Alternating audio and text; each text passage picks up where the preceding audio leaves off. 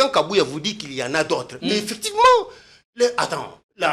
l'espionnage, il y en a partout. Partout.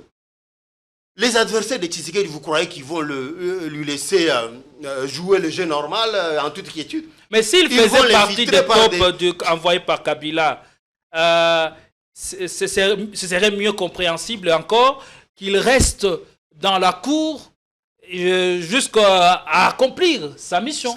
Pourquoi partir, prendre les larges et laisser sa mission? J'ai pourtant répondu à cette préoccupation-là. Lorsque un espion est quelque part et qu'il commence à sentir que sa couverture a été grillée, n'est-ce pas qu'il y fuit, il s'enfuit? Grillé comment et par qui? S'il vous plaît, oh là. N'est-ce pas qu'il cherche comment l'extirper de là? Mais c'est ce qui se passe avec Ibalanki. On l'a découvert, on l'a d'abord mis sur le banc de touche, l'observant, et il a compris que ces gens m'ont déjà découvert. Ma couverture a été grillée, par conséquent, je dois disparaître. Mais c'est ce qui s'est passé.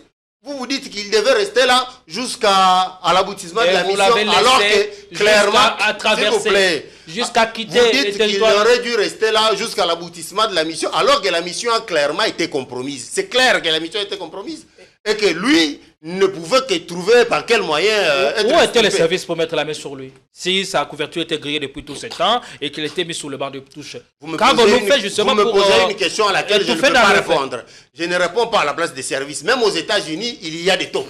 Donc vous allez demander où était la CIA, où était le FBI pour veiller sur... Partout au monde, il y a des infiltrés. Partout au monde. Mais s'il y a autant d'Ibalanki encore ici présents dans les institutions, c'est qui les prochains sur la liste? Et moi, mon souhait d'ailleurs est que tout le monde puisse quitter Félix Tshisekedi.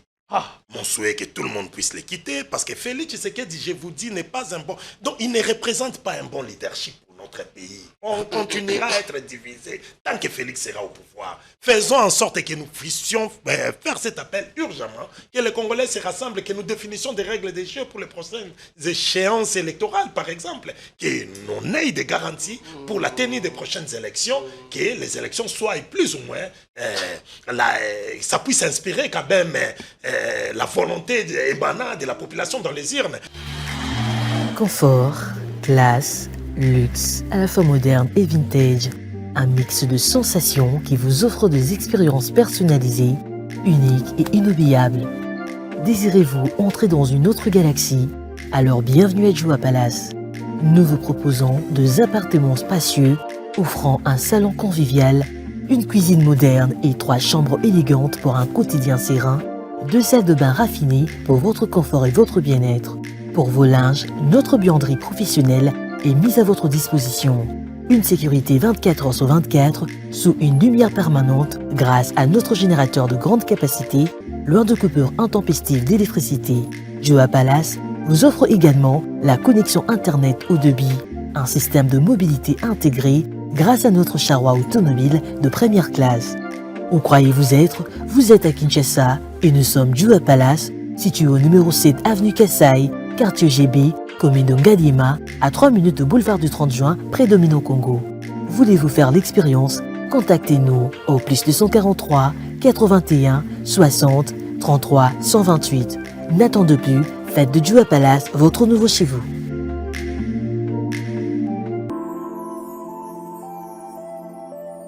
Le parc de la vallée de l'Antélé vous invite à venir partager des moments inoubliables en famille ou entre amis dans un cadre naturel de verdure unique à Kinshasa. Notre safari vous permettra de vous sentir en vacances et de découvrir nos lions, crocodiles, antilopes, buffles, éléphants, hippopotames et bien d'autres animaux dans le milieu sauvage et naturel.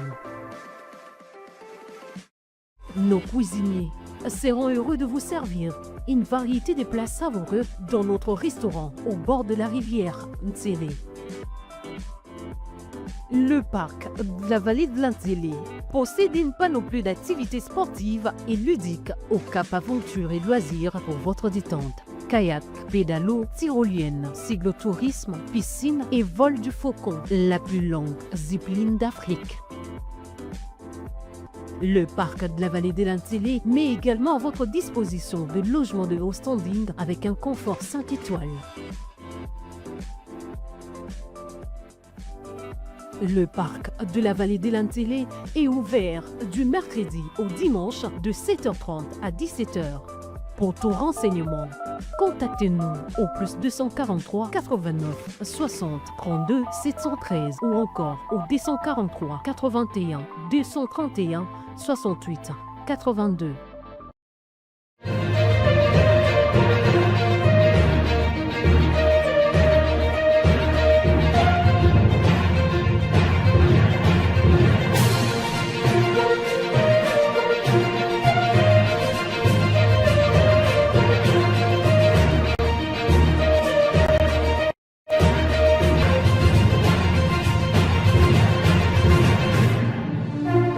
Heureux, content de vous savoir à nombreux, scotchés, branchés à nous suivre. Bienvenue. Vous êtes sur Politikon, la force du détail. Vous arrivez au bon moment et nous allons passer près d'une heure à décortiquer le sujet qui anime la République démocratique du Congo. Nous parlerons certainement de cette question qui fait bel écho au sein de l'opinion nationale, les rejets de l'offre par l'opposition du président Félix Tshisekedi. L'opposition semble être unanime et rejette en bloc le dialogue au format et aux conditions surtout du président Félix Tshisekedi. Nous allons largement revenir sur cette question. Quels en peuvent être les enjeux et même les implications? On y reviendra dans un instant. Ne nous quittez pas, restez jusqu'à la fin, car il y aura beaucoup de choses à dire, mais aussi beaucoup d'interventions musclées de la part de nos intervenants en plateau. Qu'inspire les cas Claude Ibalanki au moment où les Congolais et Congolaises aspirent à la cohésion nationale par les dialogues? Et puis nous allons chuter par cette épineuse question de remaniement ou réaménagement technique en vue. Tout semble se mettre au point pour que l'on arrive à ce réaménagement technique. Tout le monde alors se repositionne. Certains leaders politiques sortent de leur torpillère, sortent de leur torpère pour justement se repositionner, attendre le moment venu pour justement s'élancer à l'eau. On parlera de tout ça sur ce plateau avec Owen Bosenge. Soyez les bienvenus. Comment allez-vous? Merci beaucoup, merci. Salut à vous et puis mes salutations à Cissé Traoré. Je profite de l'occasion aussi pour vous présenter mes vœux les meilleurs. Merci beaucoup. D'ailleurs, de l'occasion, j'y vais encore plus loin pour vous souhaiter un heureux anniversaire. C'est l'anniversaire du journaliste aujourd'hui, M. Atibou. Et puis, je pense que le public sera servi. Allez, merci beaucoup. Vous faites bien de répondre à notre invitation. On espère qu'on sera bien servi avec vous. Vous êtes caractérisé par cette nouvelle énergie que vous dégagez lors de vos multiples interventions. Et cette jeunesse, on en a vraiment besoin. Une jeunesse qui apporte une plus-value dans la construction de ce bel édifice que la République démocratique du Congo, la démocratie, oui, qui passe aussi par la confrontation des diverses idées. On a aussi sur ce plateau Cissé Traoré, qui s'est dit journaliste indépendant et proche du peuple. Est-ce le cas de le dire? Soyez les bienvenus. Merci de l'invitation, cher Gédéon. Salutations à vos nombreux téléspectateurs et abonnés. Évidemment que je suis journaliste tout proche de la population, mais aussi indépendant, parce que l'indépendance renvoie à ne pas être sous la coupe d'une force politique, ni de l'opposition, ni de la majorité au pouvoir. Et que donc, les seuls qui peuvent entamer l'indépendance du journaliste sont ces deux forces-là, le pouvoir ou l'opposition. Mais comme je suis indépendant de toutes ces deux forces, je suis donc proche du peuple. Vous êtes comme l'église au milieu du village. Voilà, et donc proche du peuple. Mais il y a une nuance à relever lorsqu'on évoque le concept indépendance et neutralité. Vous êtes où dans le deux? Est-ce l'indépendance appelle forcément la neutralité ou le contraire, où on peut être indépendant sans être neutre? La neutralité renvoie, d'après ma compréhension, au fait de ne pas avoir d'avis à donner, de ne pas avoir d'opinion à donner. De mon point de vue, ceci est une neutralité. Mais si vous avez une opinion à donner, vous n'êtes plus neutre. Cette opinion peut être catalogué comme proche du pouvoir, comme proche de l'opposition, mais au moins, vous avez une opinion à donner. Cela dit, vous n'êtes pas... C'est comme ça que depuis un certain moment, l'opinion vous identifie proche du pouvoir. Les gens sont libres de pouvoir émettre des avis sur ce que je dis. Si ça dépend de quel bord il se trouve. Comme quelqu'un verrait qu'il s'agit de 9 ou de 6. Alors, ça dépend de quel bord il se trouve pour estimer que ce que je dis est plutôt proche du pouvoir ou proche de la majorité, de l'opposition. Ça dépend d'où lui-même se trouve d'abord. Il me regarde depuis où? Si c'est depuis l'opposition, eh bien, c'est tout à fait normal qu'il me voit comme proche du pouvoir. Mais si c'est quelqu'un qui me regarde depuis le pouvoir, il me verra comme proche de l'opposition. Vice-versa. Un mot sur ça, sur ces deux concepts qui semblent prêter à confusion. Peut-on être indépendant et ne pas être neutre? Le cas de notre ami sur ce plateau, si c'est Traoré. Si c'est un journaliste proche du pouvoir, il est proche du pouvoir, c'est un militant de l'UDPS, c'est quelqu'un qui soutient Félix Tshisekedi. Vous n'avez jamais compris que si c'est du pouvoir. D'ailleurs, je préfère non rien dire. Il est du pouvoir. On dit que vous mangez à tous les râteliers. Bon, ils le disent, vous dites bien qu'ils le disent. Est-ce que dire voudrait dire attester les faits? Non. Voilà pourquoi je dis, nous sommes dans une sorte de liberté d'expression excessive, où les gens se permettent d'émettre des avis. Mais bon, comme nous-mêmes aussi, on est, tolérants. Est-ce qu'avez-vous peur de vous affirmer, de vous identifier à un groupe donné? Le moment venu, je vais m'identifier à un groupe donné. Parce que, croyez-moi, je vais, le moment venu, être dans la politique active. Parce que ça lèverait une fois pour toutes le voile. Voilà pourquoi je suis en train de vous dire, j'ai un avenir politique dans ce pays. Je ferai de la politique active le moment venu. Mais comme ce n'est pas encore le cas pour l'instant, comprenez que je reste tout proche du peuple et indépendant. En tout cas, toute la jeunesse aujourd'hui espère à la politique. Je suis tenté aussi à faire de la politique dans un avenir proche ou lointain. J'en sais rien. C'est le Dieu qui maîtrise les destins de tout le monde. Se comprendre et voir ma trajectoire. Pour l'instant, on est ici à Politico et on va politiquer avec les éminents compatriotes qui sont en plateau avec moi. On parle de la question des dialogues. La question des dialogues présentée comme une panacée au problème que nous vivons depuis près de 3 décennies.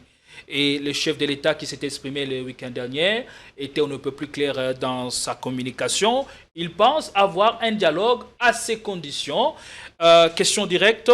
Quelle est votre lecture de ce qu'on attend par un dialogue national inclusif? Est-ce un dialogue national ou un dialogue de sourds? Merci beaucoup. J'avais suivi...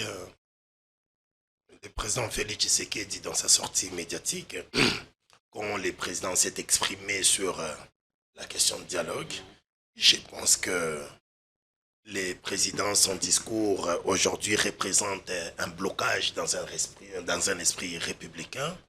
Donc c'est un blocage. En quoi serait-il un blocage? C'est un blocage parce que par rapport à la crise actuelle, donc toutes les voix sont en train de crier de partout dans la communauté internationale comme à l'interne.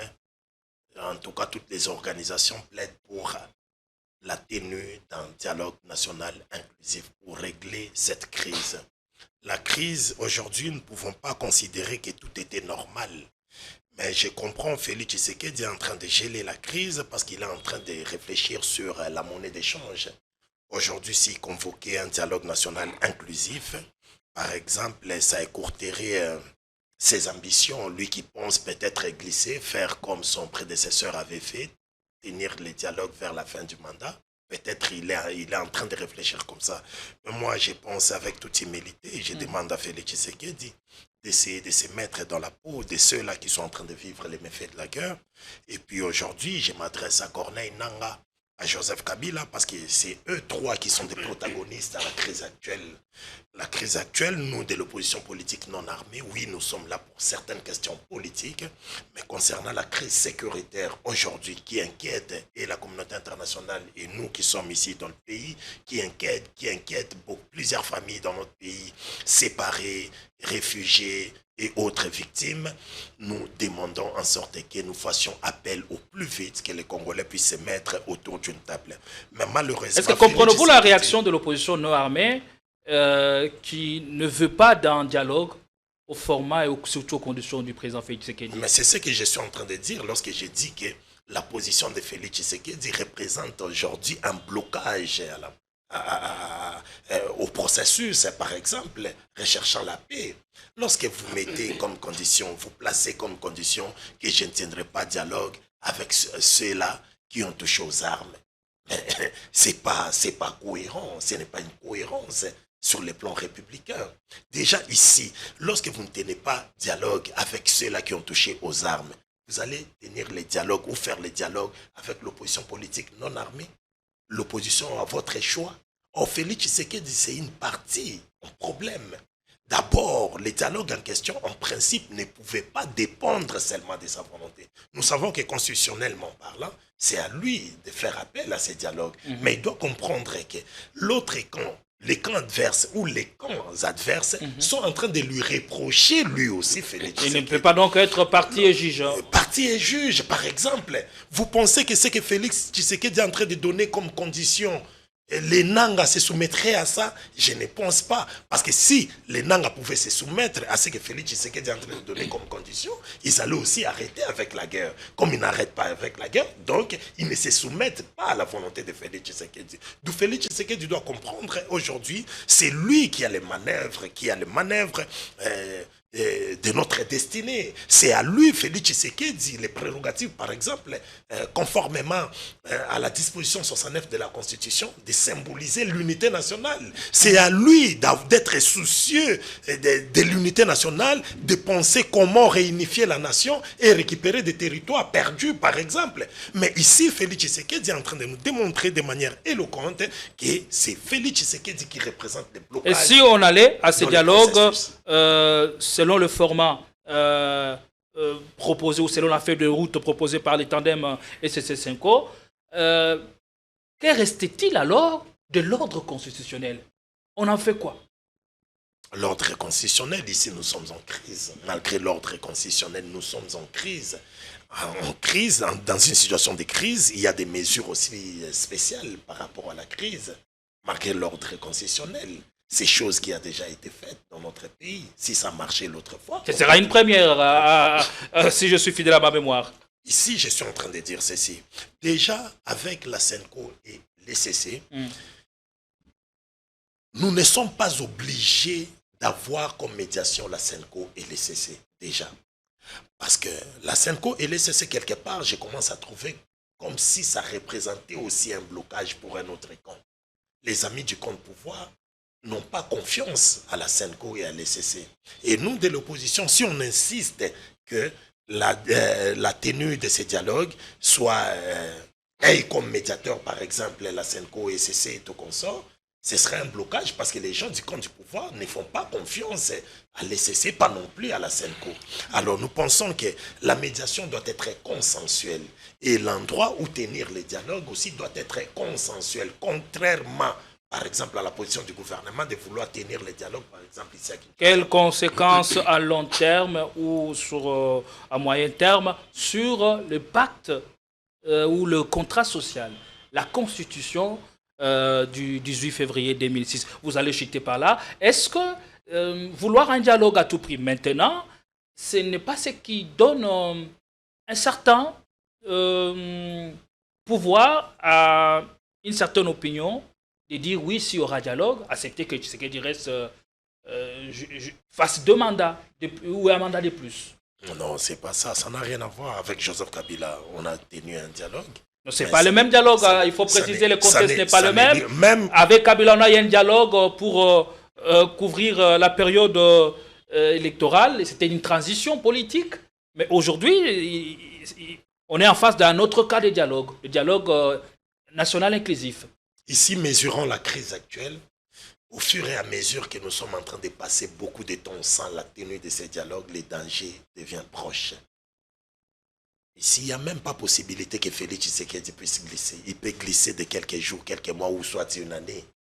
Il peut, dans une certaine mesure, mais ne pensez même pas qu'il pourrait gagner encore bénéficier d'un autre mandat. Ce qui est impossible, pratiquement impossible, mais ici, nos discours doivent aller dans le sens de favoriser la cohésion nationale. Ici, j'interpelle la conscience de Félix Tshisekedi, de Corneille Nangaa et de Joseph Kabila.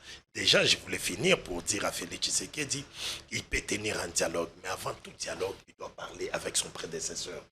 Moi, personnellement, j'estime que les blocages, quelque part, aujourd'hui, c'est parce que Félix Tshisekedi et son prédécesseur ne se sont pas compris.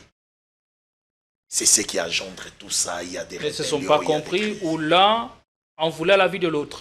Ici, déjà, si je dis un voulait à la vie de l'autre, je ne vais pas favoriser la cohésion. Ici, je reconnais qu'on est tous responsables de la crise actuelle. Alors, chacun doit comprendre qu'est-ce que je pourrais faire, qu'est-ce que je vais apporter pour que le retour de la paix soit effectif dans notre pays. Merci beaucoup pour l'entrée à la matière, très cher Owen. C'est Traoré. Ces dialogues, tant voulus par l'opposition, est-il la seule voie pour recouvrer la paix sur l'ensemble du territoire national? La réaction de l'opposition quant à la sortie médiatique du président Félix Tshisekedi semble nous éloigner des objectifs de paix que s'est assigné le pays, où ce sont de dynamiques, des débats qu'on peut avoir dans une démocratie qui se porte bien. Merci de la question. Déjà, d'entrée de jeu, il faut que les choses soient, remises en leur place. Qu'il soit dit et acté que je ne suis pas partisan du dialogue. Je l'ai répété à qui voulait m'entendre. Même si aujourd'hui on allait au dialogue, mon avis va... Votre position va rester inchangée. Pourquoi je ne suis pas partisan du dialogue? Parce que j'estime que c'est faire du surplace. On va aller au dialogue pour quelle crise? Il n'y a pas de crise politique dans ce pays. Pourtant, le chef de l'État l'a reconnu. Le chef de l'État a reconnu quoi exactement? On parle de la crise, bien entendu. Il a reconnu qu'il faille dialoguer. Non, le président n'a pas reconnu qu'il y avait crise. Il n'a pas dit ça. Donc quand il reconnaît la nécessité d'un dialogue, c'est-à-dire implicitement qu'il y a crise au pays. Merci, ça c'est votre compréhension. Je continue. De mon point de vue, il n'y a pas crise au pays. Et comme il n'y a pas crise, le dialogue n'a pas lieu d'être.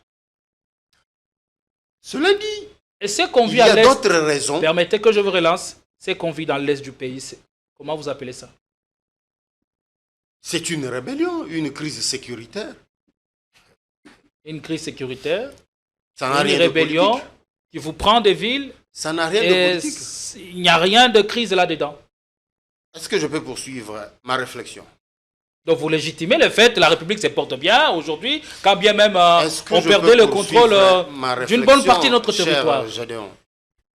Je disais tantôt que le dialogue ne vaut pas son pesant d'or pour d'autres raisons aussi. À part le fait qu'il n'y a pas de crise politique dans ce pays, mais aussi parce que le dialogue est une solution qui a montré ses limites par le passé. Près de 50 fois on a dialogué et les rébellions se sont toujours multipliées.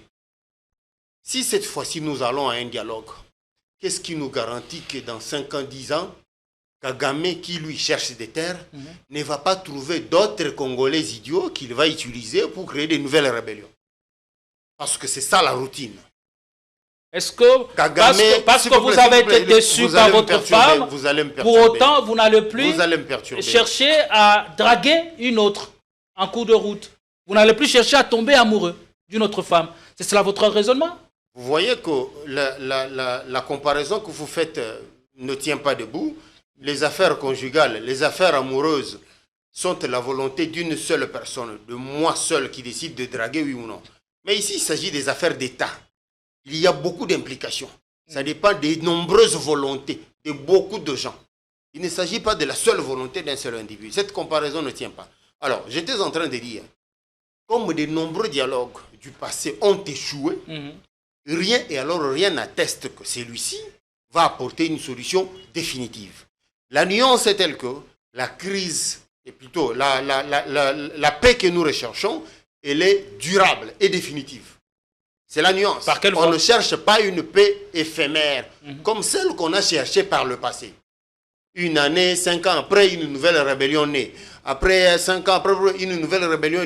Ce n'est pas ce que nous voulons. Par quelle voie cherchez-vous une paix durable? Nous voulons cette fois-ci une paix durable. Et comme nous voulons une paix durable, il faut changer aussi les moyens de procéder. On ne procède pas de la même manière comme quand on cherchait une paix éphémère. Parce que cette fois-ci, nous cherchons une paix durable. Donc le dialogue n'est pas la solution. Si nous recherchons une paix durable, ce n'est pas la solution, le dialogue, du tout. Encore que j'entends des discours de la part de Owen comme quoi il y aurait opposition politique non armée. Quand vous dites opposition politique non armée, ça voudrait dire qu'il y en a qui soient armés. Alors que constitutionnellement, on ne reconnaît pas une opposition politique qui soit armée. Du point de vue de la Constitution, il n'existe pas d'opposition politique armée. Il n'existe pas. Alors, lorsque vous ajoutez cette nuance en disant opposition non armée, vous insinuez tacitement qu'il y en aurait une autre qui serait armée, alors que c'est illégal. Donc, ce discours doit prendre fin. Je m'avais vous poser la question de savoir, vous dites qu'il n'y a pas de crise au pays. Question directe, comment définissez-vous ou qu'entendez-vous par une crise qui secoue un pays? Là, ça nous permettra de nous mettre d'accord pour pouvoir bien évoluer et avoir le même degré d'entendement avec les internautes. La crise politique, c'est celle qui, comment dire, met en choc les institutions du pays. Mais pas celle qui met en choc les institutions et l'opposition. Non, l'opposition, c'est son rôle de dire tout le temps, tu sais qu'il gère mal, tu sais qu'il fait ceci. Ça, c'est son rôle d'opposant. On parle d'une crise politico-sécuritaire.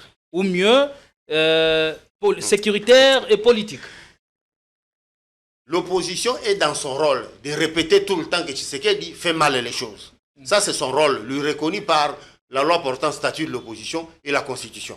Donc, si un opposant te répète ici que Tshisekedi gère mal, ce n'est pas ça une crise politique. Et la guerre, la situation de guerre n'est jamais une crise sécuritaire. Parce que les opposants sont frustrés, cela nous mène dans une crise politique, alors que c'est faux. Les opposants sont frustrés, c'est leur rôle de ne pas être d'accord avec le pouvoir. Ma question est simple. Donc, je ne vous ai pas dit d'identifier les types de crises. Ma question, c'est de savoir comment définissez-vous une crise dans un pays. Mais je vous ai dit ça ici, qu'une crise, c'est ce qui met en choc les institutions du pays. Par exemple, que le Parlement ne s'entend pas avec le gouvernement, ce qui est du point de vue... Là, vous avez identifié. Là, vous parlez de la crise politique ou institutionnelle. Ce qui nous mène clairement dans une crise est reconnue par la Constitution et qui donne au président de la République le pouvoir de pouvoir dissoudre. Vous comprenez? Ça, c'est la crise reconnue par la Constitution. Donc, le reste, ça n'est pas une crise du tout. Que Owen nous répète ici que Tshisekedi gère mal, ça, ce n'est pas une crise politique. Mais il n'y a pas de plus grande crise que le problème de légitimité. On conteste la légitimité du président de la République où est le problème depuis décembre qui conteste 2023, ou même bien avant, avec la vérité des unes, tant défendue par Martin Fayoulou. Oh Seigneur, je vais répondre à votre question. Que ceux qui contestent la légitimité du président de la République ou l'intégrité du processus électoral, je crois que la contestation est liée aux élections, non? Naturellement. Alors, s'ils contestent les élections et ils estiment par conséquent que Tshisekedi n'est pas légitime, je les envoie lire l'article 168 de la Constitution. Je crois, si je ne m'abuse. Celle qui parle des pouvoirs de la Cour constitutionnelle. On ne donne pas des faux articles. Très bien. 168 de la Constitution. Celui-ci donne à la Cour constitutionnelle le pouvoir de pouvoir constater l'intégrité du processus électoral. Elle est le juge électoral. C'est la Cour constitutionnelle. On l'appelle juge électoral quand elle statue en matière électorale. Et la Constitution, l'intégrité du processus électoral est constatée par elle. C'est elle qui décide si oui ou non le processus est intègre. Et et c'est elle qui décide de valider. Et on dit même dans la même constitution que si la cour, la haute cour, prend ses arrêts, personne n'a le droit de tousser. On dit bien que cette cour-là, quand elle prend ses arrêts, personne n'a le droit de tousser. C'est dans la Constitution. On parle d'une cour FEOD dont le juge constitutionnel était remis en cause. La crise est partie de là. Quand je dis tousser, c'est une façon de parler. Mais la Constitution interdit à quiconque de remettre en cause les arrêts de la haute cour. Ça, c'est constitutionnel.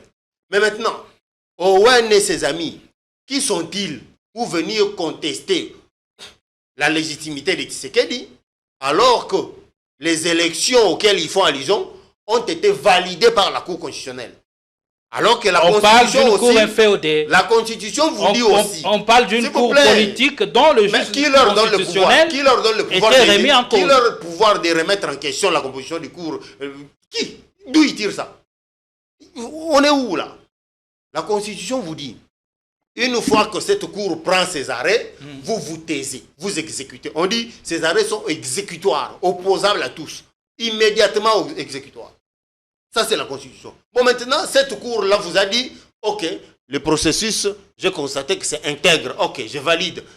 Est élu, patati patata, prête-nous ton serment, on reçoit ton serment, ok, va travailler. Mais maintenant, vous êtes qui, vous, pour pouvoir contester ce que la Cour constitutionnelle dit? Voilà, Owen, vous avez 3 minutes pour conclure sur ce premier sujet et puis on va passer à autre tour rapidement. S'il y a à rebondir, faites-le dans les temps qui vous impartent. Merci, je vais utiliser beaucoup de mots dans peu de temps. Donc ici, je suis en train de dire, déjà pour rejoindre mon frère Cissé Traoré, déjà il est en train de se compliquer pour rien. On lui demande s'il y avait une crise, il est en train de dire qu'il n'y a pas de crise dans notre pays. Et pourtant, il y a une crise. Même les petits-enfants savent qu'il y a une crise dans notre pays. C'est quoi la crise politique? C'est un trouble de fonctionnement. Dans un fonctionnement, dont le fonctionnement, lorsqu'un régime trouve un trouble dans son fonctionnement normal, ici il y a des territoires qui sont entre les mains des rebelles. Il dit, c'est nullement, il ne s'agit pas d'une crise. Ici, des forces politiques, elles sont divisées, c'est pas pour rien Félix Tshisekedi est en train de voyager partout ailleurs. Il est en train de chercher des solutions à la crise.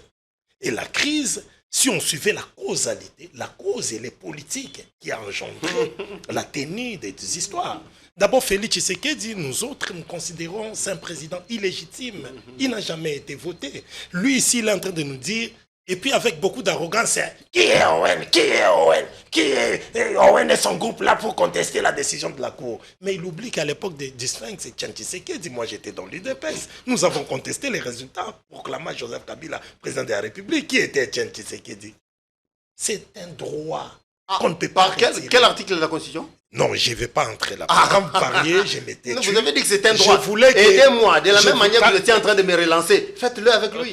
Calmez-vous, c'est moi qui dirige le débat. S'il vous plaît. C'est pas à vous de me dire ce que je dois faire.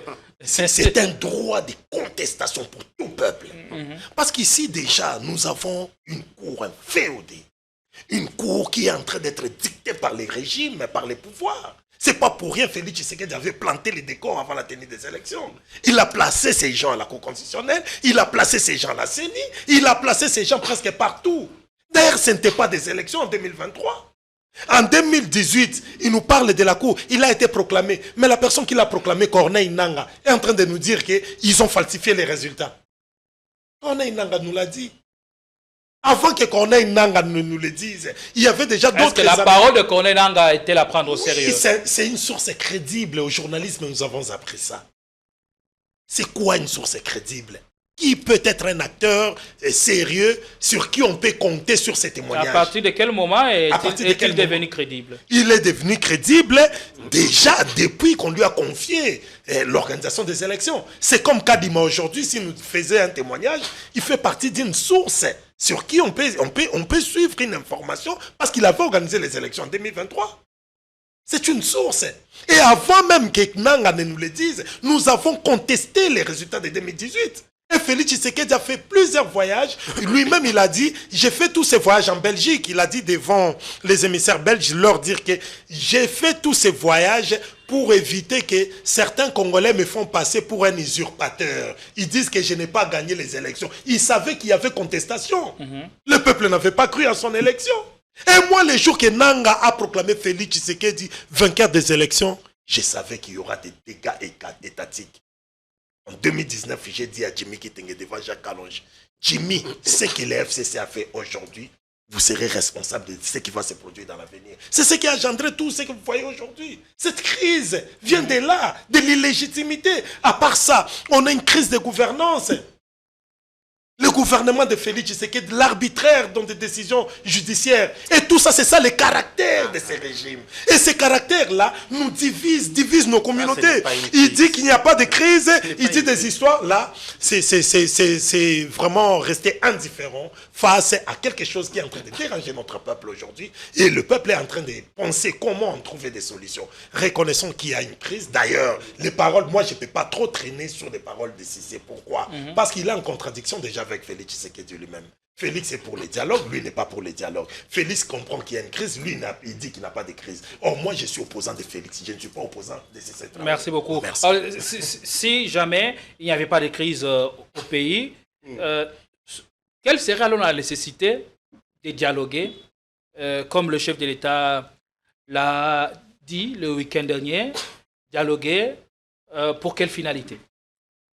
Déjà, il faut dire que faut pas que les gens, comment dire, s'empressent inutilement à croire qu'il y aura... Le chef de l'État n'a pas dit qu'il y aura dialogue. Il n'a pas non plus dit qu'il n'y aura pas dialogue. Il était dans les suppositions. Il dit si nécessaire. Lui-même, il dit si. C'est dans le conditionnel. Vous pouvez revoir le film, vous verrez qu'il n'a pas affirmé qu'il y aura dialogue. Mais on ne peut pas non plus entrevoir s'il n'y a pas une raison qui vous convainc de bien vouloir organiser un dialogue. Tout comme il peut y en avoir, tout comme il ne peut pas y en avoir. Voilà. C'est Traoré. Le président de la République ne vous a pas dit qu'il y aura dialogue. Il n'a pas dit ça. Ne lui faites pas dire ce qu'il n'a pas dit. Il a dit, dans l'hypothèse où il faut qu'il y ait dialogue, voici comment celui-ci va se dérouler. C'est ce qu'il dit. Mais cette hypothèse peut ne pas être tenue. Tout peut chambouler du jour au lendemain et que les conditions de l'organisation d'un dialogue ne soient plus réunies. Allez. Alors, n'affirmons pas des choses que le président n'a pas dites. Revenons maintenant. J'ai entendu Owen affirmer que la Cour était inféodée. Je ne sais pas qui dit lui pour constater que la Cour est inféodée. C'est un citoyen congolais. C'est un citoyen congolais. Mais je lui demande d'où il tire certains pouvoirs. Il n'arrive pas à m'expliquer ça. La Constitution est là, les lois de la République sont là. Mais qu'il me dise au moins d'où il tire le pouvoir, lui, de contester la composition de la Cour pour qu'il dise que c'est Tshisekedi qui a envoyé ces gens là-bas. C'est ce qu'il a dit tantôt. Là. Cette Cour constitutionnelle-là, à 9 juges, Tshisekedi constitutionnellement a le droit d'en envoyer 3. Et les 6 autres, nous savons d'où ils viennent. Et les gens que Tshisekedi désigne ne sont pas forcément présidents de la Cour constitutionnelle. Il désigne un juge au même titre que les autres juges. Et ce sont les pairs qui vont, ces pairs qui vont faire de celui qu'ils voudront président de la Cour. Où est le problème de Tshisekedi dedans? Si eux-mêmes ils décident de faire de tel ou de tel autre président de la Cour. Et encore que le président de la Cour ne va pas décider tout seul, il ne va pas statuer tout seul. Hein? Les décisions sont collégiales à la Cour constitutionnelle.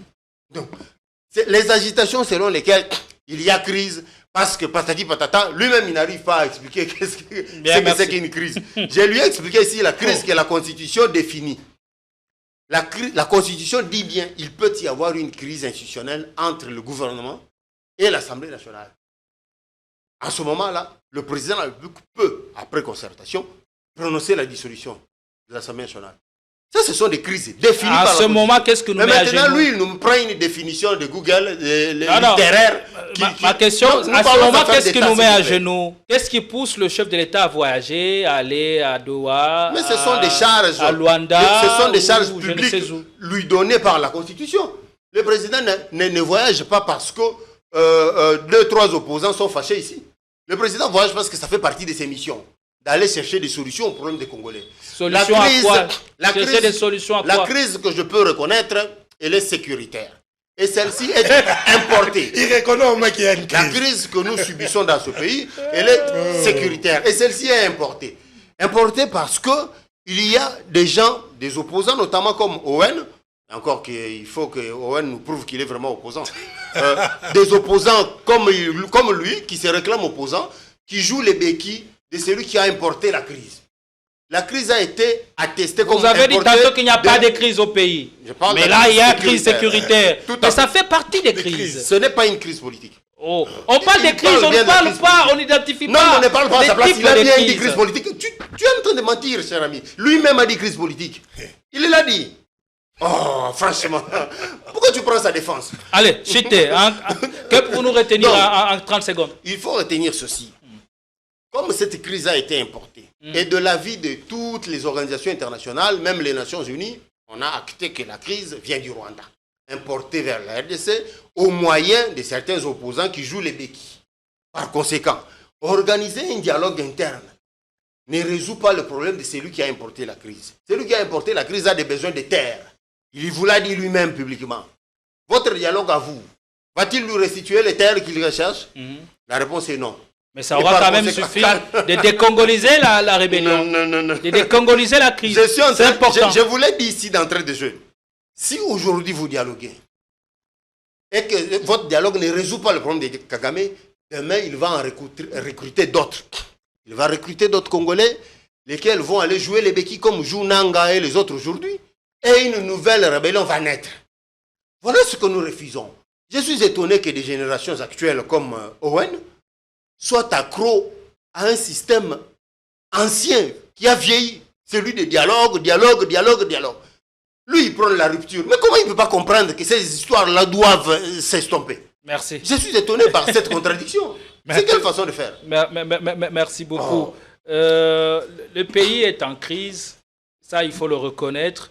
La crise a plusieurs formes, mais du moins celle à laquelle on fait face, il y a beaucoup d'ordre sécuritaire et il est important que l'État sévisse comme on l'a vu récemment dans le territoire de Kwamut, une mission gouvernementale dépêchée pour dissuader le milicien Mobondo à se rendre au FARDC, à déposer les armes et à s'inscrire dans le processus de paix.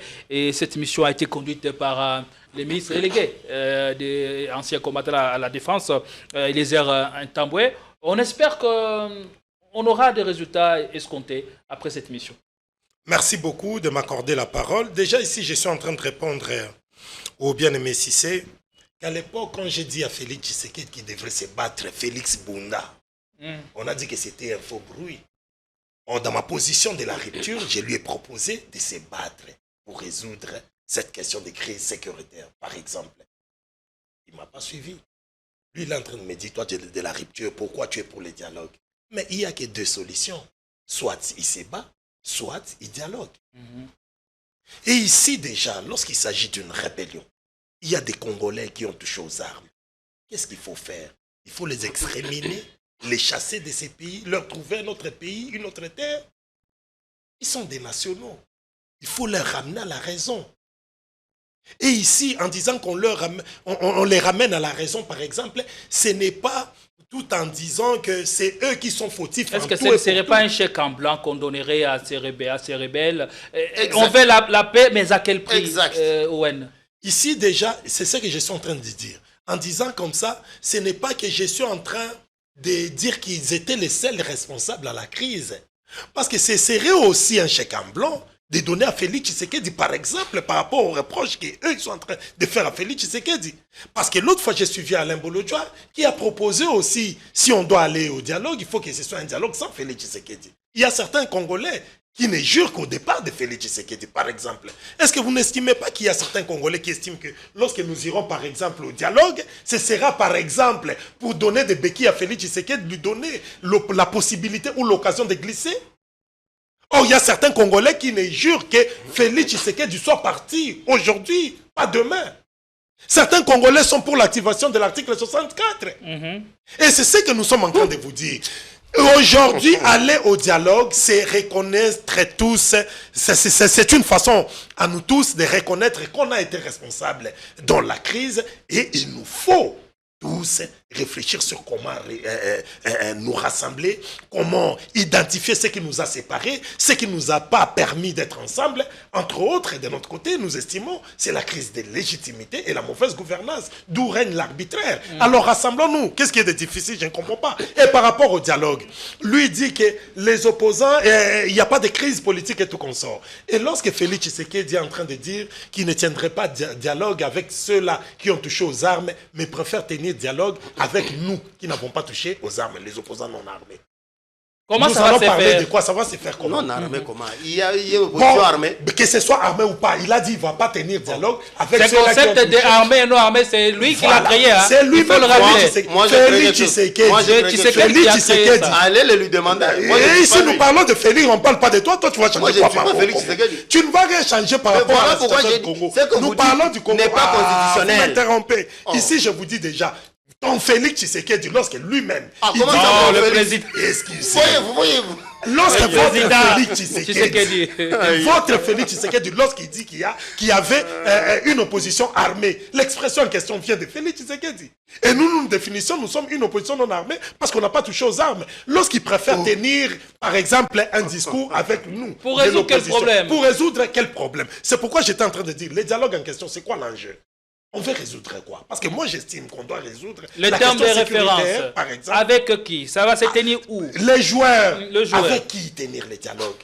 Est-ce que ces joueurs-là, c'est quoi l'objectif à atteindre? Est-ce que nous atteindrons l'objectif si on ne tient pas dialogue avec ceux-là qui ont touché aux armes? Moi, j'estime que ce serait une fausse route, ce serait un débauchage. C'est pourquoi nous disons, si le caractère du dialogue n'est pas inclusif, nous n'y participerons pas. Là, ce serait un débauchage. Ce serait le consensus des Béras. Et l'enjeu sera beaucoup plus autour de ça. La recomposition des forces, débaucher un leader. Ce serait résumé. Un dialogue made in... Voilà, ce serait résumé à un débauchage. C'est pourquoi nous disons, le seul dialogue qui peut légitimer nos positions, même nos répartitions des rôles, c'est un dialogue qui sera inclusif. Merci. Sans inclusivité, je pense que la cohésion vous va ne prendrez pas part. Oui. Mais il y a toujours des opposants qui vont y répondre. Mais ça a toujours été comme ça. Allez-y, toi, comment tu te contredis? Mais contredis comment? Il y a toujours des opposants. Est-ce que ça m'a contredit? Mouzi avait répondu au rendez-vous de Bérat. Est-ce que ça me contredit? J'ai dit que nous ne prendrons pas part. Est-ce que j'ai dit tous les opposants? Je me contredis en quoi? Concluez rapidement sur ce sujet. D'abord, Owen n'a pas su répondre sur le fait qu'il est en pleine contradiction avec la rupture qu'il prône, mais les us et coutumes politiques qui le soutiennent. C'est exactement celle d'il y a des décennies de la vieille école. Aucune rupture. Donc, quand on tient un dialogue... Dans ton attitude, calmez-vous. C'est une ancienne recette. Ah, mais qui ne sait pas que le dialogue est une ancienne recette dans ce pays? Je répète ici, le dialogue politique, c'est une vieille recette. Le dialogue est permanent. C'est partie de notre culture démocratique. C'est pas la culture qui nous gère. Ce sont des textes de loi. On est un pays. On ne se gère pas des textes de loi. Arrêtez cette divagation-là. S'il vous plaît. Nous sommes un État. Par conséquent, il y a des lois. Il y a une loi mère qui est la Constitution et des textes de loi et réglementaires qui nous gèrent. La loi mère en question donc, qui est foulée au pied depuis un certain moment et même un projet de changement lorsqu'ils entendent dire que nous voulons un dialogue inclusif, au cas contraire, il n'y a pas de dialogue. Ah, mais si vous êtes aussi exigeant, si vous avez autant d'exigences, convoquez-le vous-même. Dialoguez alors. Résolvez le problème. Et puis asseyez-vous, c'est tout. Parce que vous venez à la table des négociations avec des exigences que vous savez vous-même irréalisables, irréalistes. Comment voulez-vous que le président vous a dit lui-même dans son discours devant les ambassadeurs, il a brossé les grandes lignes de ce que sera ce dialogue-là, dans quel cadre, s'il y en a. Il vous dit que tel et tel type de Congolais ne seront pas concernés. Parce qu'il lui-même a dit que ce dialogue ne fera pas le lit de l'impunité, il ne viendra pas remettre en cause l'ordre institutionnel, il ne va pas effacer les crimes graves. Apparemment, tu sais qu'il veut donner ce dialogue comme un cadeau. Je suis en train de cheminer dans ma logique. Allez-y, je vous complète. Il vous a brossé les tableaux. Il vous dit déjà que les crimes tels que ne seront pas effacés par les dialogues, ça ne sera pas une blanchisserie, ça ne sera pas ceci. Vous comprenez clairement que dans cet ordre d'idées-là, Kabila ne sera pas concerné, parce que condamné à mort. Nanga ne sera pas concerné. Tous les condamnés à mort là ne seront pas concernés. Lui-même, il vous l'a dit. S'il y aura dialogue, voici le format. Il vous l'a dit. Mais vous voulez qu'il parle en quelle langue? les gens dont vous réclamez la présence au dialogue, il vous a déjà brossé le tableau. Vous comprenez qu'ils ne seront pas concernés. Mais pourquoi vous continuez d'insister? Donc, vous n'avez pas honte de faire l'avocat des gens qui ont pris des armes pour tuer des gens. Donc Tshisekedi aujourd'hui voudrait présenter le dialogue comme un privilège qu'il accorderait à l'opposition. D'abord, il faut dire que le dialogue étant extra-constitutionnel, il ne nous est pas obligatoire. Le dialogue n'a aucun caractère contraignant sur le président de la République. Donc rien ne lui impose... C'est ce qui est recommandé à Doha ou encore à Washington. Je suis en train d'arriver. Étant donné qu'il n'a aucun caractère contraignant, il fait un recours, relève de la bonne foi, comment dire, de la volonté politique. C'est cela. Allez. Et donc, Tshisekedi, lorsqu'il accepte les dialogues, c'est faire preuve de bonne foi et de volonté politique pour pouvoir écouter quand même les amis avec lesquels vous avez cheminé ensemble, peut-être dans l'opposition d'hier, mais qui aujourd'hui... se retrouvent. Ah, merci pour le mot. Donc, votre problème, c'est vous retrouver. Heureusement que vous m'avez prêté le mot. Alors, comme votre logique, c'est de vous retrouver aussi au sein des institutions et d'avoir qui? Un DG, qui? Un député, qui? Un je ne sais qui. Très bien. On va examiner les conditions du dialogue. Comme le président de la République vous l'a dit, le moment venu, si l'opportunité se présente, on convoque le dialogue, mais selon tel terme de référence, et en voici un portrait robot de qui pourront y prendre part. Merci. Maintenant, les décisions qui vont sortir du dialogue, vous-même vous dites, Tshisekedi doit prendre, c'est ce que l'opposition a dit hier, il y a eu un communiqué qui a été fait. Tshisekedi doit prendre une ordonnance. L'opposition doit prendre, Tshisekedi doit prendre une ordonnance convoquant le dialogue. Pour eux, c'est comme une gage d'engagement, de sérénité de la part du pouvoir. Mais vous lui reconnaissez le droit de prendre une ordonnance qui va convoquer le dialogue, mais vous lui refusez le droit de pouvoir en brosser le portrait robot. Vous voyez-vous que c'est contradictoire? Dans ce cas, prenez vous-même votre ordonnance. Prenez une ordonnance, convoquez un dialogue, comme ça, les gens viendront discuter avec vous. Merci. Puisque vous croyez que c'est irréaliste même en tant qu'acteur politique. Lorsqu'on vient à la table des négociations, on se doit de savoir qu'est-ce qui peut passer, qu'est-ce qui ne le peut pas. Merci beaucoup. La surenchère ne sert à rien. On va évoluer. Davantage... Nous devons évoluer. Merci, on a compris votre idée. On va prendre le deuxième sujet. On espère que la technique est d'accord avec nous. On va revenir sur ces feuilletons qui a défrayé la chronique le week-end dernier. On parle du ralliement de l'ancien bras droit du président Félix Tshisekedi, Claude Balanki, au M23. Et du coup, à Kinshasa, on lui colle une nouvelle nationalité qui serait rwandais, vrai ou faux. Que nous inspire ces cas de Claude Balanki d'après vous? Merci beaucoup de la parole. Ici, déjà, j'y vais, mais j'y retourne un peu pour vous dire que les dialogues, c'est les gages de la cohésion nationale. Il ne faut pas refuser les dialogues, il faut soutenir les dialogues. Et lorsque mon frère est en train de ne pas accepter l'idée du dialogue, je pense qu'ils sont bénéficiaires de la crise actuelle. Parce que s'ils n'étaient pas bénéficiaires de la crise actuelle, ils ne pouvaient pas accepter que cette situation persiste. Comment sont-ils bénéficiaires de la crise actuelle? Parce que si je dis à qui profite le statu quo, parce qu'aujourd'hui le pays est divisé, une grande partie est entre les mains des rebelles. Mais si vous estimez qu'il n'était pas urgent que nous puissions nous rassembler pour retrouver l'unité nationale, c'est que vous êtes bénéficiaires de la crise. Nous autres, nous estimons que notre pays est en train de risquer d'être balkanisé. Si ça perdure longtemps, les Nanga peuvent se définir appartenant à une autre république, une autre nation. La situation profite aux rebelles. Ils sont en train de rassonner de l'argent dans les territoires là où ils occupent. Ceux du pouvoir, ils se contentent du paix qu'ils sont en train de gagner de l'autre côté. Mais nous, les souverains, peuples souverains, nous estimons que notre pays ne dépend pas de la volonté de Félix Tshisekedi, pas non plus de Nanga. C'est notre pays. Ça nous...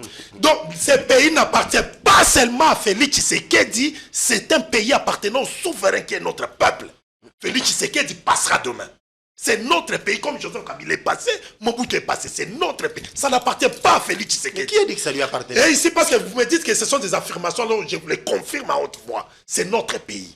Nous estimons que Félix Tshisekedi doit prendre des décisions qui iront dans l'intérêt du peuple. Le peuple se voit aujourd'hui divisé. Sa vie aujourd'hui est divisée. Son unité est menacée. Moi, je ne vois pas ça. C'est seulement toi qui vois ça. C'est mon opinion. Allez, attendez. C'est mon opinion. Tu parles au nom du peuple. Moi aussi, je suis dedans. Donc, je dois réagir. Vous allez réagir. Je dois réagir. C'est mon Laissez-les opinion. évoluer. C'est-à-dire, aujourd'hui, nous pensons qu'il est urgent que les Congolais puissent réfléchir, rassembler nos intelligences. On a dit 1000 personnes, 1000 raisonnements. 1000 individus, 1000 raisonnements. Je comprends ton idée, mais moi, ce qui compte pour moi, je pense ce qui est meilleur chez toi, que nous puissions rassembler ça, que ça puisse nous permettre d'évoluer, de nous rassembler, de trouver la solution à la crise actuelle, par exemple. Et concernant Ibalanki, déjà, je pense que Félix Tshisekedi n'est pas fédérateur. Vous voyez qu'à côté de Félix Tshisekedi, il y a toujours des gens qui sont en train de les quitter. Félix Tshisekedi déçoit. Or, j'avais dit l'autre fois, Félix Tshisekedi devrait créer un terrain favorable pour tous ses proches, pour tous les Congolais. Et pourquoi on le quitte au soir? On le quitte parce que Félix Tshisekedi, il n'est pas rassembleur. Sa présence est en train de diviser les Congolais. Il gère mal les pays. Il est dans l'injustice. Même entre ses proches, Ibalanki a dit il était en conflit avec Augustin Kabouya. Selon Ibalanki, Félix Tshisekedi a préféré soutenir Augustin Kabouya et tout consort. C'est là où ça a créé des problèmes entre lui et Félix Tshisekedi, selon les témoignages d'Ibalanki. Je pense que Félix Tshisekedi n'est pas un bon leader, rassembleur. Comme preuve, vous voyez, depuis qu'il est au pouvoir, nous ne sommes jamais en paix. Les communautés continuent à être divisées. Et puis, vous voyez, ça m'étonne. Même ses plus grands chantres, aujourd'hui nous les voyons vers l'Est. Nous voyons les plus grands chantres de Félix Tshisekedi, de Denis Di Joshua, les autres, beaucoup de membres de l'UDP sont rejoints. On dit qu'ils étaient ici et ils complotaient contre la République. C'était pas des chantres de Tshisekedi. Le cas de Claude Ibalanki est plus que loquant et Kabouya est revenu sur ça en chargeant, en disant un certain nombre de choses que Ibalanki était celui qui faisait tout pour même faire noyer le parti présidentiel. D'ailleurs, Augustin Kabouya nous a révélé, après le départ d'Ibalanki, ils sont nombreux ici dans l'UDP. Ils sont nombreux. Le Claude Ibalanki. De Claude Ibalanki. Il faut rejoindre la rébellion à un moment. Kabouya a mis l'opinion à témoin. C'est-à-dire Félix Tshisekedi n'est pas rassembleur. Même ceux-là qui sont avec lui ne croient pas en lui. C'est-à-dire, ce pays a besoin d'être conduit par un nouveau leadership qui rassemblerait des Congolais. Il faut être d'abord un leader. Il faut être un rassembleur. Mais tu prends les dialogues. Alors, ce nouveau leadership serait défini dans les dialogues. Nous allons définir sur comment, qu'est-ce qui nous pousse à la rébellion, qu'est-ce qui nous pousse aux fissures, par exemple, pour qu'il n'y ait plus de fissures dans notre communauté, qu'est-ce qu'il faut faire? Comment essayer de raménager notre armée, donner de la force à nos forces de sécurité, en sorte qu'il n'y ait plus porosité dans nos frontières? Comment réfléchir, par exemple, qu'il n'y ait plus illégitimité qui bat son plein dans notre pays? Il n'y en a pas. Il n'y a pas d'illégitimité. Il est illégitime depuis 2018. Il n'y en a pas. Il persiste dans ça. Nous allons déjà nous tendons vers 2028. Est-ce que nous irons encore dans des élections genre organisées par Kadima? Là, d'ailleurs, ce n'était pas des élections. On voudrait que nous soyons rassurés des élections futures. Comment on va partir, que nous ayons des garanties, un gage pour une réelle organisation des élections, par exemple. Et à part ça, nous voulons régler l'arbitraire qui règne aujourd'hui. Parce que tu ne chantes pas les Djalelo de Félix Tshisekedi, tu te verras menacé. Parce que tu ne chantes pas à la gloire de Félix Tshisekedi, tu te verras retrouvé expulsé, comme l'a témoigné Matata Mpogno. Parce que tu ne chantes pas à la gloire de Félix Tshisekedi, tu seras incarcéré, comme on a arrêté nos chers frères. Oui, Bakonga a un autre regard de la République. Il dit, pour lui, la République se porte mieux sous Félix Tshisekedi. Willy Bakonga, c'est une crapule. Willy Bakonga, c'est quelqu'un à qui on ne peut pas donner du pouvoir, donner de l'importance au UN comme ça sur les plateaux d'Ikando, parler de Willy Bakonga. Moi, je ne parle pas de ces gens. Je vois Félix Tshisekedi qui gère mal le pays. Willy Bakonga est en train de se battre comme tous les autres, chercher à bénéficier de l'attention de Félix Tshisekedi pour être nommé. Mais de Willy Bakonga. Willy Bakonga, ce n'est pas un messie à qui on peut donner de l'importance ici sur le plateau. Merci, merci beaucoup.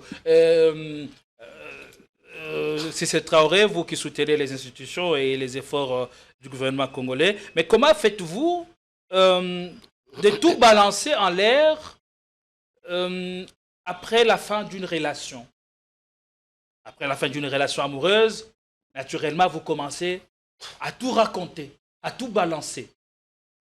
Nous ne le savions pas. Aujourd'hui, on nous révèle, et ça saute aux yeux, que Claude Ibalanki, qui a rejoint la FC23, serait un sujet rwandais. Comment faites-vous pour réagir de la sorte? Merci. Je vais arriver à cette question-là, mais en une minute, que je balaye ce qu'Owen disait tantôt là, parce qu'il m'a l'impression très têtu. Il s'évertue à toujours rebobiner le même discours d'illégitimité, de patati patata. On t'a démontré ici noir sur blanc. Illégitimité, il n'y a pas.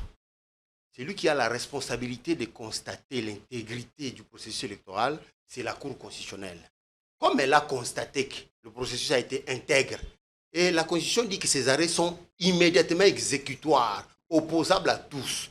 Donc, toi, ta légitimité que tu crois imaginaire là, garde-la en poche.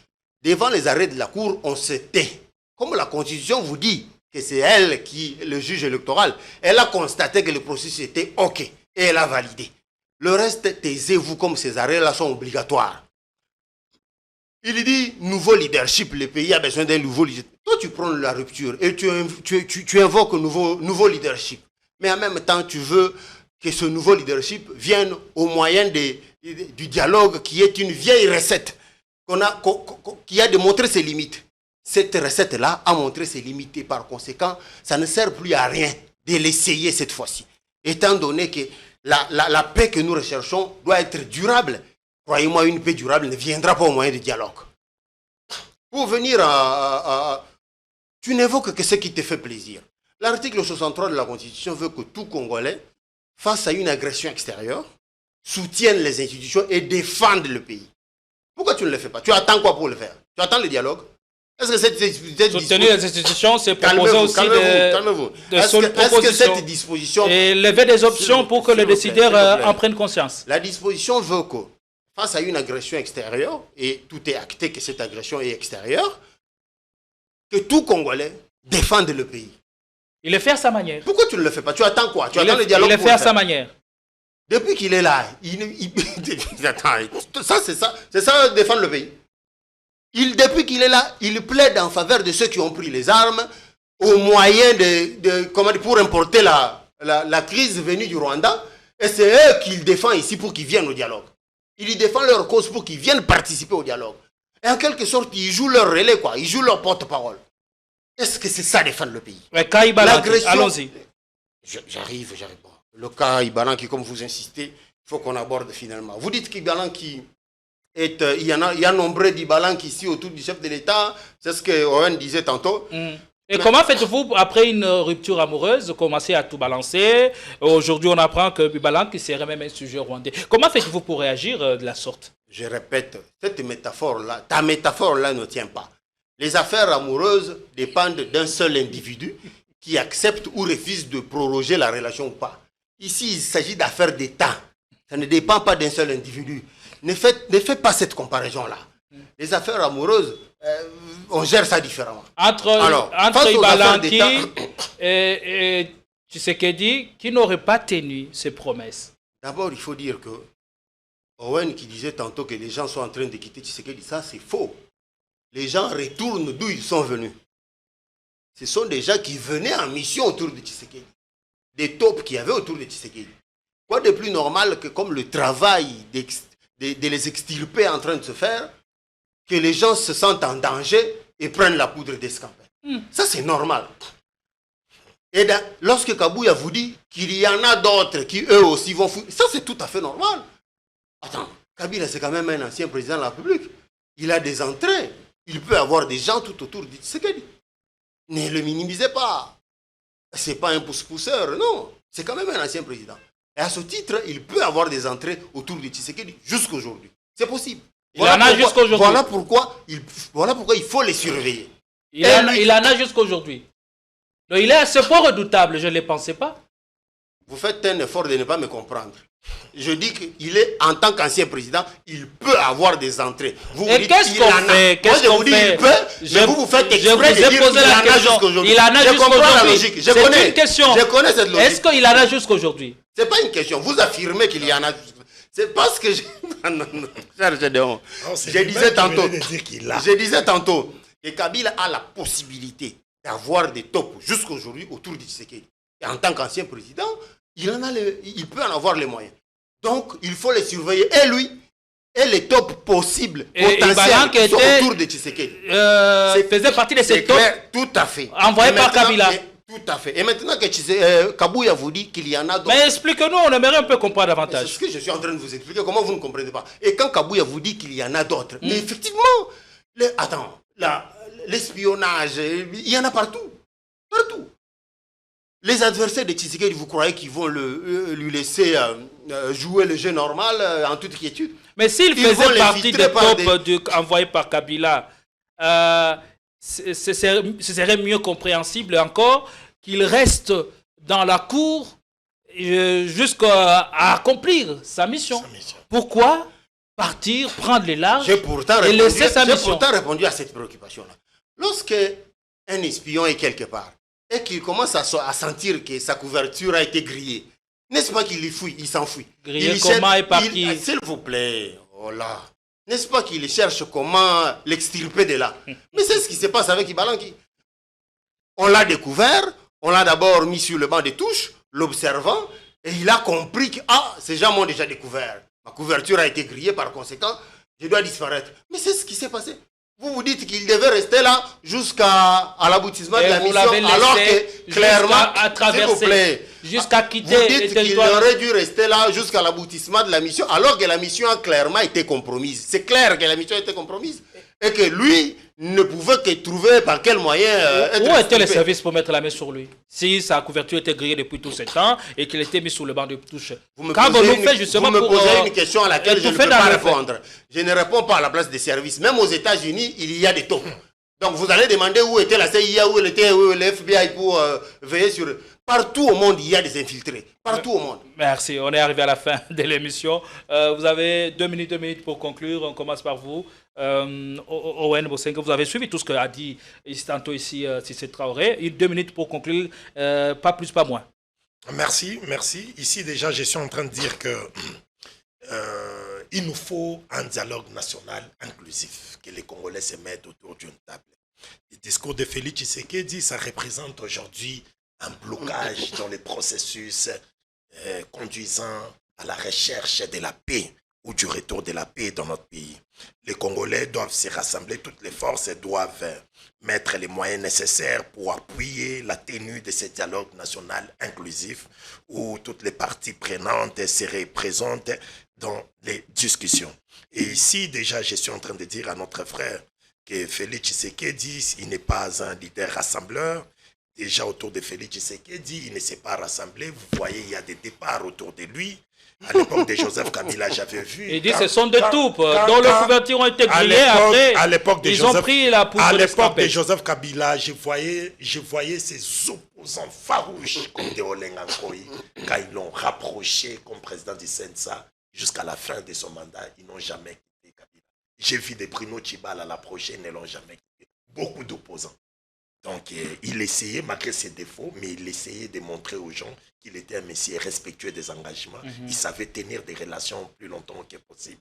Mais Félix Tshisekedi, avec Félix, il n'y a que des déceptions.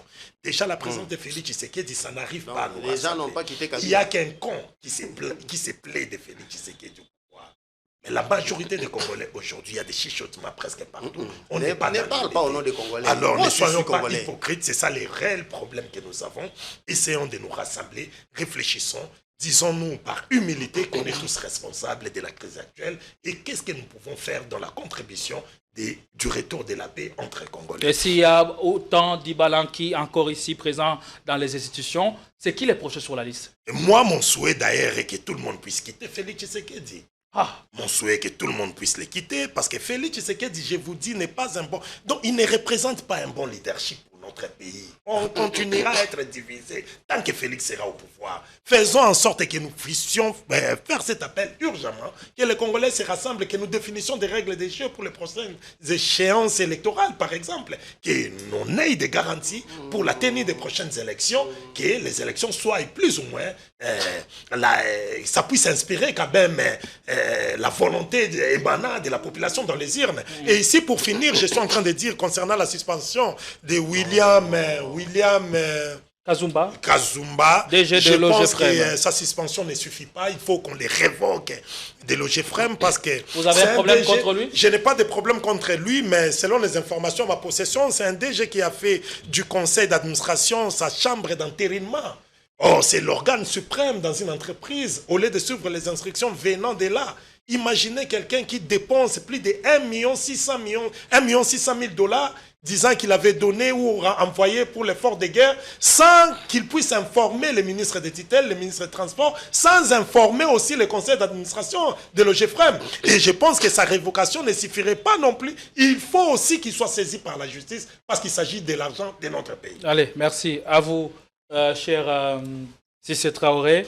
Qui pourrait être les prochains sur la liste à être démasqués et à être mis à mal par les services? Le dire, ça veut dire que... Peut-être j'entendais quelqu'un dans le réseau dire que nous devons se sauver de près Kabouya. Si je le dis, c'est que je suis dans les secrets des services. Alors, il ne s'agit plus de services secrets, là. C'est finalement services découverts. Mais on peut les identifier par leur méthode, par leur agir. On peut comprendre que ceux-ci n'agissent pas pour le bien de la République. Même si on peut comprendre, il faut que le travail se fasse silencieusement.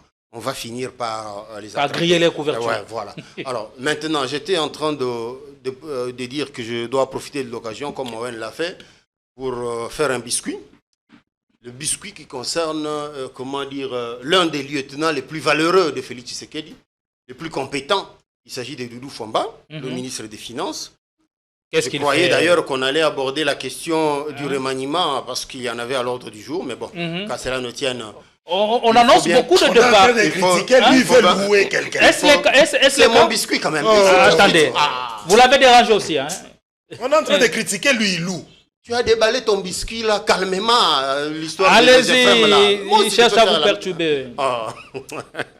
Donc, on annonce beaucoup de départs. Je disais que le président de la République devra ouvrir l'œil et le bon.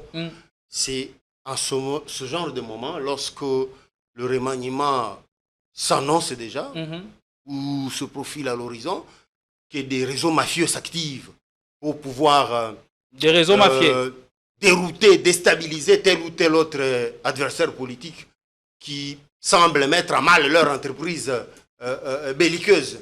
C'est le cas de tout ce que vous entendez ces derniers temps, comme quoi au cabinet de Doudou Fwamba, il y aurait des gens qui exigeraient des pourcentages. Sachez que l'entreprise criminelle, le réseau mafieux, les entreprises belliqueuses se sont déjà activées. Et toutes ces attaques proviennent des officines des occultes tenues par ces gens-là. Ils sont là, ils sont en veille. Une fois qu'ils ont appris qu'il y a un remaniement qui se profile à l'horizon, c'est le moment. On avait même certains sortir de leur cachette. Sachez que Doudou Fwamba, c'est l'un des rares lieutenants valeureux qui soutiennent Félix Tshisekedi, non pas seulement par la loyauté, mais aussi par les résultats. Pas de pub sur ce Il ne sera plus ministre. D'ailleurs, c'est le dernier gouvernement de Félix qui décide. C'est le dernier gouvernement. Pas de publicité sur ce Il y aura un dialogue, nous aurons un nouveau gouvernement. Je conclus en disant, si le remaniement il doit y avoir, c'est tout à fait normal. Mais écoutez, lorsque dans une équipe sur le terrain, comme c'est le cas avec cette équipe soumise, de mon point de vue, ceux qui sont performants ne dépassent pas la barre de 10. Alors, sur une échelle de 50, si 10 seulement brillent de façon positive, quoi de plus normal que d'envisager de pouvoir extirper certains pions, de les mettre sur le banc et d'intégrer de nouveaux éléments avec un nouveau souffle, un nouveau leadership. Pas un nouveau leadership au sens de ce que Owen disait tantôt là, non, un nouveau leadership, mais par le moyen des dialogues. Un dialogue qui est une vieille recette. Il veut la rupture, mais il prend le dialogue. Lequel dialogue est une vieille recette? Lors du prochain remaniement ou réaménagement technique. Comment? Qui d'après vous, ne doit pas être conduit à... Le ministre de la Justice, la ministre de la Jeunesse, je ne cite pas des noms. Je dis le ministre de la Justice, la ministre de la Jeunesse. Pourquoi? La ministre de la Jeunesse, Moutaï Balaki. Mais je suis en train de vous citer les gens. Vous m'avez. Mais elle a un bon témoignage du président de la République. Qui oublie? Moi, le président l'a loué. Mes salutations au président Bolodjo. Non, j'ai la parole. Mes salutations au président Alain demandé qui, d'après lui, ne devrait pas être reconduit dans le gouvernement. C'est comme ça que j'ai mentionné, j'étais en train de mentionner, mais j'en ai d'abord mentionné 2 là. Je t'ai vu sursauter sur ton siège. Quel est le problème? Elle a dit Balanki. Mais où est le problème? Donc elle doit sauter? Mais pourquoi ça t'étonne? Donc, Kabouya vous a dit que Balanki a gardé ses pions ici, autour de Félix Tshisekedi. Bon, encore qu'elle a dit avoir déjà démissionné. Bon, si c'est vrai qu'elle est du parti du Balanki, mais quoi de plus normal qu'elle ne soit pas reconduite? Mais c'est ce que je suis en train de dire, non? Lui m'a demandé qu'il ne devrait pas être reconduit. Et maintenant, quand j'ai dit ça, toi tu sursautes, je ne comprends pas. Tu la soutiens? Tu veux qu'elle demeure? Je dis qu'elle a un bon témoignage du président de la République. Est-ce Pas de que problème. ça ne suffit pas pour qu'elle soit reconduite, par exemple? Attends, de mon point de vue, est-ce que je ne suis pas ici comme étiqueté UDPS ou Union Sacrée? Non, je peux avoir des avis contraires à ceux du président de la République. Félix, déjà, je vous ai dit ici que je je n'étais pas partisan du dialogue. Je vous ai dit ça ici. Le président de la République dit bon, je ne suis pas totalement fermé au dialogue, je peux. Ne revenez plus sur ça, on a évolué. Mais moi, je vous ai dit que je ne suis pas partisan du dialogue. Que d'autres ne doivent pas faire partie du prochain C'est pour dire à gouvernement Owen que je ne viens pas ici pour soutenir les idées du chef de l'État. J'ai mes idées, mais qui sont peut-être contraires à celles du chef de l'État. On n'avait plus rien à dire. Qui d'autre ne doit pas faire partie du prochain gouvernement? Je t'en ai mentionné 2 d'abord. Occupons-nous de ces 2-là. Le ministre de la Justice, la ministre de la Jeunesse. D'abord. Et Kaikwamba? Ah non, notre maillot jaune. Mais elle est où? On ne la voit plus. Elle est au gouvernement. Être où comment? On ne la voit plus au devant de la scène. Mais approchez-vous de ces services. Qu'est-ce qu'elle serait devenue? Approchez-vous de ces services, posez la question. De maternité. Je constate que vous êtes si amoureux d'elle. Dans ce cas, lui, approchez-vous du ministère des Affaires étrangères, posez la question. On vous donnera des données sur sa situation actuelle. Sur plus de 50 membres du gouvernement, il n'y a que 10% qui se distinguent positivement. Si. Qui a dit ça? Moi. Si c'est Traoré. Alors il y a lieu de balayer tout ce gouvernement. Alors l'action gouvernementale est négative. Personne ne s'est distingué. Non, je parle d'après Cissé, d'après ce cas. D'après ce qu'a dit Cissé Traoré. On est arrivé à la fin. Merci à vous. Il avait déjà conclu. Owen Vous voulez lui redonner la parole? Non, pas du tout. Merci à vous. C'est pas une information. Est-ce que c'est injuste ici? On se retrouve prochainement avec le même plaisir. Nous espérons que vous avez passé un excellent moment de télé. Merci à vous de nous avoir fait confiance. Continuez à nous regarder et surtout à nous suivre et à nous écrire de temps en temps. On prend plaisir à vous lire surtout. Merci et à tout à l'heure avec toute la grande équipe pour une autre production sur votre chaîne. L'homme de la rupture, mais qui